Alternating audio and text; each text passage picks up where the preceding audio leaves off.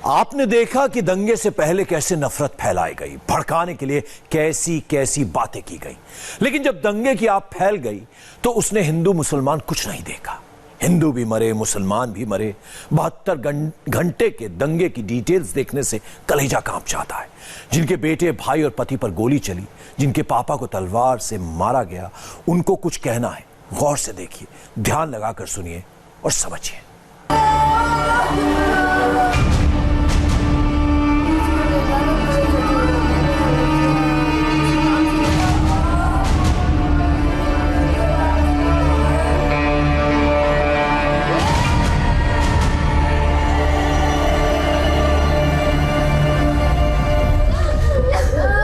दंगा गुजर गया, पीछे दर्द और जख्म की अनगिनत कहानियां छोड़ गया। मां बाप ने बेटा खो दिया, बेटा बाप से जुदा हो गया। बहनों ने जिनकी कलाई पर राखी बांधी थी, वो भाई चला गया। पत्नियों का सुहाग उजड़ गया।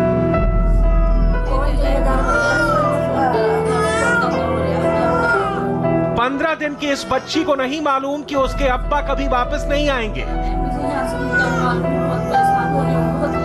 उसे कभी गोद में नहीं उठाएंगे, उसे कभी लाड नहीं करेंगे।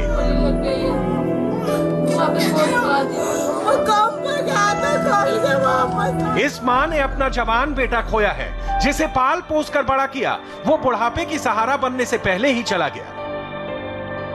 जिन गलियों में दंगे की आग लगी, जिन घरों पर नफरत के पत्थर चले, जहां हिंसा के शोले उठे, वहां हर चेहरा गमगीन है, आंखें डबडबाई हुई हैं, जुबान कुछ भी कहने से पहले लड़खड़ाती है। दिल्ली नॉर्मल हो रही है, लेकिन दंगे ने जो जख्म दिए, उनकी भरपाई मुश्किल है। कहते हैं कि साझा करने से दर्द कम होता है, इसलिए इंडिया टीवी के रिपोर्टर्स इस दर्द को बांटने निकले। हमने दिल्ली के गुरु तेग बहादुर अस्पताल से शुरुआत की, जहां घायलों की भरमार है और मोर्चरी के बाहर अपनों की लाश लेने के लिए लोगों की कतार लगी है। इसमें हिंदू भी हैं, मुसलमान भी। 22 साल के राहुल ठाकुर दिल्ली के ब्रिजपुरी में रहते थे। वो एसएससी परीक्षा के 2 राउंड क्लियर कर चुके थे और तीसरे राउंड का रिजल्ट मार्च में आने वाला है। राहुल को उनके घर के नीचे ही गोली मार दी गई। दिल्ली में हो रही हिंसा का खामियाजा उन लोगों को भी झेलना पड़ रहा है जो इस विवाद में शामिल भी नहीं है। मेरे साथ एक शख्स मौजूद हैं जिनके भाई की बीते दिन काफ़ी ज़्यादा घायल होने की वजह से उनकी डेथ हो चुकी है। मैं आपका नाम जानना चाहूँगी। अमित नाम है मेरा, और जो मेरा ब्रदर है उसका नाम राहुल ठाकुर था। हाँ। जो कि कल गोली लगने के कारण एक्सपायर हो गया। उस वक्त वो वहाँ पर क्या करने गए थे? ये जो हिंसा हुई थी, जहाँ पर उन्हें गोली लगी, वो लोकेशन क्या थी? लोकेशन कोई भी नहीं थी, वो अपने घर के बाहर था। लंच करके घर के बाहर नीचे आया हुआ था, गेट के बाहर, ब्रिजपुरी के अंदर। हाँ। जी। और बस वहाँ से एकदम से पता नहीं चला कि कहाँ से क्या हुआ, हजूम आया, क्या आया, व्हाटएवर, क्योंकि लोग भी चल रहे थे, उसके साथ उसके 2 फ्रेंड्स भी खड़े थे। किसी को कुछ नहीं हुआ, एकदम से गोली आती है और उसको शूट हो जाती है। गोली कहाँ लगी थी उन्हें? गोली उसके हार्ट के नीचे लगी थी। हाँ। और डॉक्टर्स ने जो बताया, उन्होंने बताया कि कोई पाइप है वहाँ पे लगी है, या फिर जहाँ से ब्लड सर्कुलेट होता है हार्ट में, वहाँ पे लगी, जिसकी वजह से हार्ट की पंपिंग बंद हो गई है and he expired. India TV reporter Surbhi Sharma Brijpuri में राहुल ठाकुर के घर पहुंची तो वहां पूरा परिवार सदमे में मिला।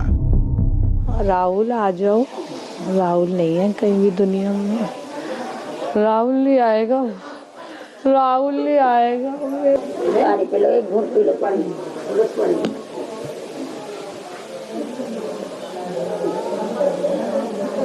वही लाओ तो ला दो, मेरे गुड्डा को ला दो, वहाँ से ला सकते हो तो राहुल को ला दो, और किसी को नहीं चाहिए, मुझे कुछ नहीं। राहुल इनकम टैक्स ऑफिसर बनकर परिवार के सपनों को पूरा करना चाहता था, लेकिन दंगे ने सारे सपने छीन लिए। मेहताब की उम्र भी राहुल ठाकुर के बराबर थी, 22 साल। मोहल्ला भी वही था, ब्रिजपुरी। गली नंबर 5 में रहने वाले मेहताब को दंगाइयों ने पहले पीटा, फिर जिंदा आग में झोंक दिया। अपना देवर खोया है, मैंने अपने बेटा जैसा देवर खोया है, जो मेरा बेटा ही था, बेटे जैसा नहीं था, बेटा ही था, जिसने कभी नाफरमानी नहीं करी, कोई बात नहीं टाली, वो मेरा बेटा ही था। क्या हुआ था? किस इलाके की बात है? कब वो हिंसा का शिकार? नंबर गली की बात है। ब्रिजपुरी 5 नंबर गली की बात है, जिस टाइम पर मेरे देवर को मार दिया गया था। मेरा देवर दूध लेने गया था, उसको चाय पीनी थी, भूखा था वो, उन्होंने बोला भाभी चाय पीनी है, तो दूध नहीं मिल रहा था, दुकानें बंद थी, दुकानों में आग लग रही थी, दुकानें बंद थी, दूध नहीं मिल रहा था। मैंने बोला मेहताब दूध नहीं मिलेगा बेटा, नहीं मिलेगा। नहीं भाभी मैं ढूंढ के लाऊंगा, तुम पैसे तो दो। मैंने पैसे दिए, अपने मेहताब को मैंने पैसे दिए। मेरा मेहताब दूध लेने गया, पीछे से लोग आते हैं, ताला लगा जाते हैं गेट में, मेरे गेट में नहीं, जो गली में गेट लगा हुआ था उसमें चैन के साथ ताला लगा जाते हैं। उसके बाद मेरा मेहताब 5:20 पे आता है, गेट खोलो। हमने बोला पीछे से गेट खोल दो, हमारे मेहताब को अंदर आना है, तो कहते हैं कि पीछे से घूम के आ जाएगा या कैसे भी आ जाएगा, मतलब उन्होंने गेट नहीं खोला। हमने बोला, हमारी सास बोली बेटा पीछे से घूम के आ जा।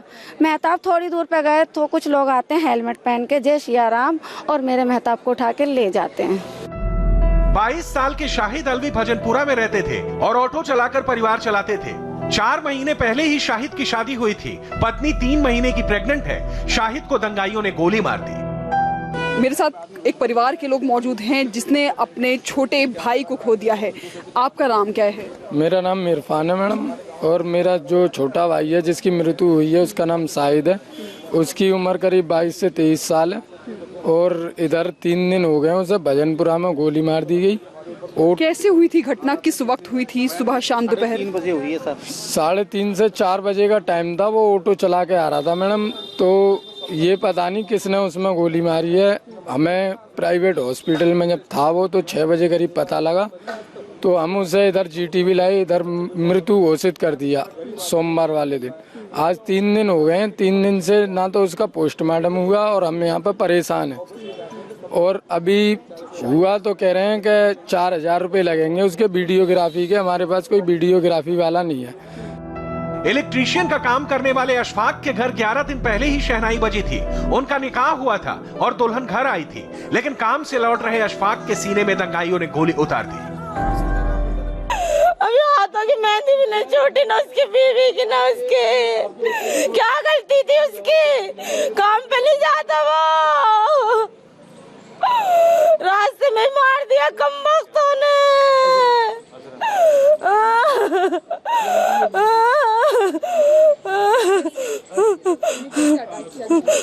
मैं तो वहाँ पे नहीं थी, हम तो घर पे थे। 5 गोलियां मारी है सीने पे, 2 तलवार मारी है, गर्दन पे मारी है, यहाँ पे मारी है, और 5 गोलियां मारी है। वो इलेक्ट्रिशियन का काम करता था, इलेक्ट्रिशियन की शॉप थी उसकी घर पे। वो सुबह काम पे गया था साइड पे, अभी शादी हुई थी उसकी 10 दिन पहले। तो शादी के बाद वो पहली बार काम पे गया था, पहली या दूसरी बार शायद उनने काम पकड़ा था। अभी फिटिंग चल रही थी किसी घर में, तो वो सुबह गया था, और पापा ने बोली थी कि कहीं जाना मत इधर उधर, क्योंकि इस टाइम ऐसे दंगे फसाद चलने। वो कह रहा नहीं पापा मुझे काम पे जाना, काम से वापस आना, मुझे क्या मतलब किसी। वो अपने काम पे गया, लेकिन शाम को काम से वापस नहीं आ पाया। सिर पर बंधी पट्टी और आंख में लगी चोट से भी ज्यादा मोनू को अपने पिता विनोद के जाने का दुख है। दंगे की रात बेटी की तबीयत खराब होने पर ये अपने पिता के साथ दवाई लाने निकले थे, लेकिन दंगाइयों ने रास्ते में ही पकड़ लिया। और फिर क्या हुआ, इसकी तफसील मोनू से ही सुनिए। मेरा मिस बैलेंस हुआ, मैं बाइक ले गिर गया। अचानक कल्याण सीमा के साइड से 100-150 बंदे आए, उन्होंने मेरे पर पथराव किया, और उस बीच में गिर गया, मैं बेहोश हो गया। उस बीच में उन लोगों ने बहुत मारा। मैं बाइक भी जलाई, मेरी बाइक मांग लगा दी उन लोगों ने। मैंने मोहल्ले पड़ने बहुत मैंने हेल्प मांगी, मैंने कि मेरी हेल्प करो, मेरी किसी ने हेल्प नहीं करी। कोई मदद के लिए आगे नहीं आया आपको? वो इलाका कौन सा पड़ रहा था? ये ब्रह्मपुरी पड़ता है, हिंदू इलाका है वो, गली नंबर 1, ब्रह्मपुरी गली नंबर 1। वो काफ़ी गंभीर चोटें आई हैं, सर में चोट आई है, आँख आपकी? हाँ, मेरे सर में चोट है, और 40 लगभग सर में मेरे 30 से 40 टाँके हैं मेरे सर में मेरे, और बाकी मेरी आँख आ रही है, यहाँ पे ब्लीडिंग जम रही है, में ईंट लगी थी मेरे मुँह पे। ये मोनू है, और इन्होंने इस हिंसा के चलते अपने पिता को खो दिया है, और ये भी गंभीर रूप से घायल हुए हैं। हालांकि डॉक्टर्स ने इन्हें बहुत ज़्यादा बात करने से मना किया है, और यहाँ पर अपने पिता के शव को लेने के लिए यहाँ पर इंतजार कर रहे हैं। इंडिया टीवी रिपोर्टर दंगे के एपिसेंटर रहे ब्रिजपुरी, चांदबाग, जाफराबाद, भजनपुरा, सभी मोहल्लों में गए। हमने दंगे की हकीकत बयां करने की कहानियां ढूंढी। हमारी रिपोर्टर अर्चना सिंह ओल्ड मुस्तफाबाद में मोहम्मद मुदस्सिर के घर पहुंची। 8 बेटियों के पिता मोहम्मद मुदस्सिर ऑटो चलाते थे। इस वक्त हमें ओल्ड मुस्तफाबाद के गली नंबर 2 पे, जहां पे मोहम्मद मुदस्सिर का ये घर है। आप देखिए, इस घर में उनका पूरा परिवार रहता है। लेकिन इस घर में अब कोई नहीं है तो मोहम्मद मुदस्सिर नहीं है। वो दिल्ली में जो हिंसा हुई उसकी भेंट चढ़ गए। उनका पूरा परिवार है, माता पिता हैं, बच्चे हैं, बीवी हैं, लेकिन अब वो बच्चे अपने पिता को ढूंढ रहे हैं। इस वक्त मोहम्मद मुदस्सिर के पिता हमारे साथ हैं, उनसे हम बात करते हैं। अंकल, क्या हुआ था उस दिन? क्या हुआ तो क्या बताऊं तुम्हें, बस आ रहा था दर से, कहते हैं तो मुझे पता ना, मैं तो यहाँ बैठा था, लोग जैसे बताया कि वहाँ से आ रहा था इधर से रास्ते में, समझे किसी का रुक गया वहाँ, समझे बड़ी परेशानी हुई, बलवा हो गया, निकला नहीं आया। परसों निकल लिया था वहाँ से, समझे गला देखूँ बच्चे अकेले, यहाँ पे बाप है माँ है, वहाँ से निकला, बस दरवाजे पे आया निकल के, बस गोली हो गई। बेटा मेरा बच्चा चला गया, मेरा दिल तोड़ गया वो। सबसे बड़ी अब मैं कैसे जीऊंगी उसके बगैर? मेरी बच्ची मेरा दिल तोड़ गया, मेरा बच्चा अच्छा खाना कैसे गया मेरा बेटा।